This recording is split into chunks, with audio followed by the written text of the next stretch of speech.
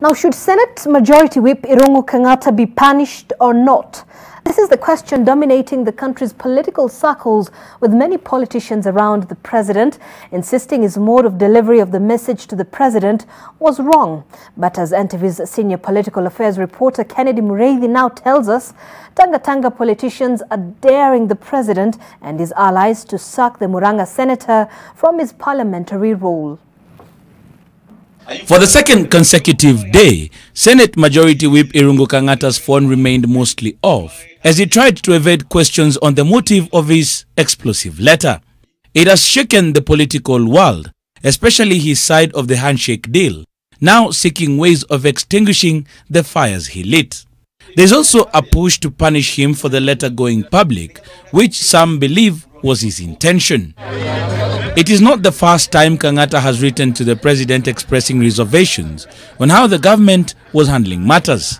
During the revenue sharing formula debate at the Senate, Kang'ata wrote another letter asking the government to change tact at the time he felt the government was losing its case in the debate. Kang'ata is not a novice in politics. He's not a novice. He has done things.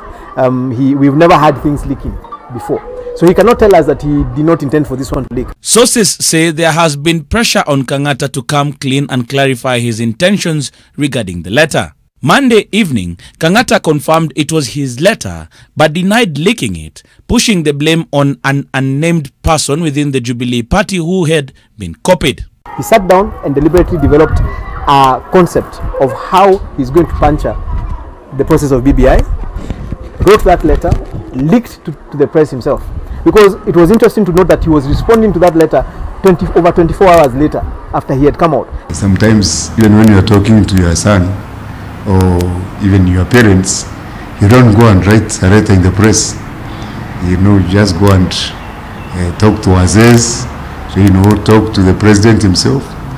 And the president has many offices. But even as pressure builds to punish Kang'ata, he is finding support from unlikely quarters who are now calling on the president and proponents of the BBI push to take into consideration his views. This country, we have freedom of speech, freedom of association, and freedom of being heard under whichever way.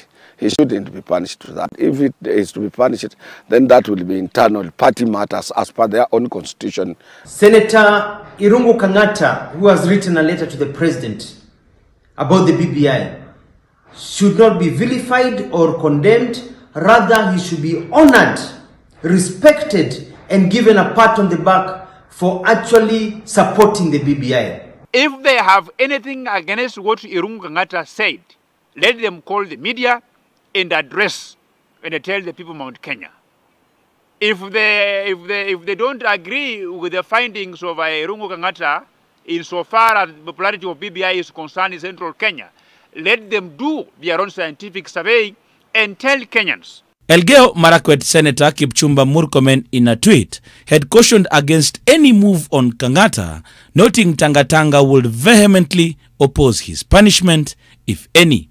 NTV has, however, learnt the Jubilee party is not keen on punishing Senator Kang'ata. A source within the party's ranks blames Team Tanga for blowing the matter out of proportion. Kennedy Mureithi, NTV.